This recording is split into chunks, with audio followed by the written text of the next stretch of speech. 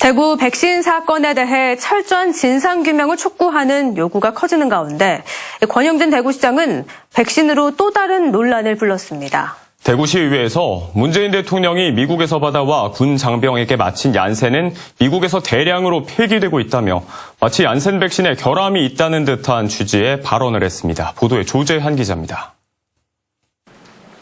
시정 질문에 나선 이신년 의원은 권영진 시장의 사과는 진상규명이 빠진 책임 회피성 변명에 불과하다고 지적했습니다. 백신 도입을 추진한 메디시티 대구협의회는 2019년 7억 7천, 2020년 5억 5천, 올해 4억 8천만 원의 대구시 예산이 지원된 것으로 확인됐습니다.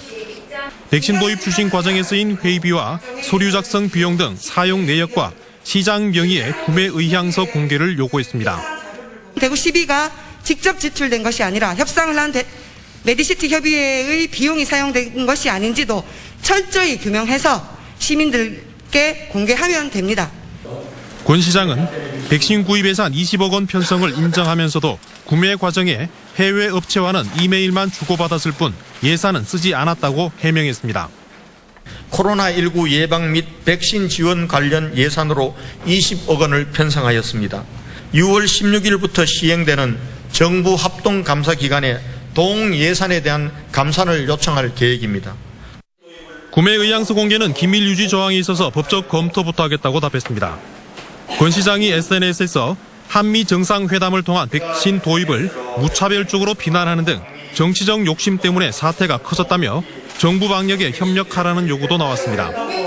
정상회담 당시 어떤 종류의 백신이 도입될지 알려지지 않았는데도 권 시장은 한미 정상회담 이후 도입해 접종 중인 얀센 백신에 대해 부정적으로 언급하며 대립각을 세웠습니다.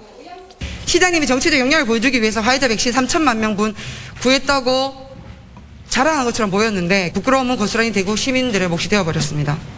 대통령께서 백신을 가지고 들어오신 거는 55만 군 장병용입니다. 근데 저는 이해가 안 가는 것이요. 얀센은 지금 미국에서도 4월 중순부터 임시 사용 중단이 되었던 백신입니다. 그리고 지금 미국에는 그 백신이 남아서 어마어마한 양이 폐기되고 있습니다. 백신이 턱없이 부족한 상황에서 정부의 백신 구매를 도우려던 선의를 폄훼하지 말라고도 했습니다. 한편 대구시 의회가 열리는 동안 의회 앞에서는 권 시장은 알맹이 빠진 사과문이 아니라 구매 의향서를 공개하고 의회에는 철저한 진상규명을 촉구하는 공무원 노조 측 1인 시위가 열리기도 했습니다. MBC 뉴스 조재환입니다.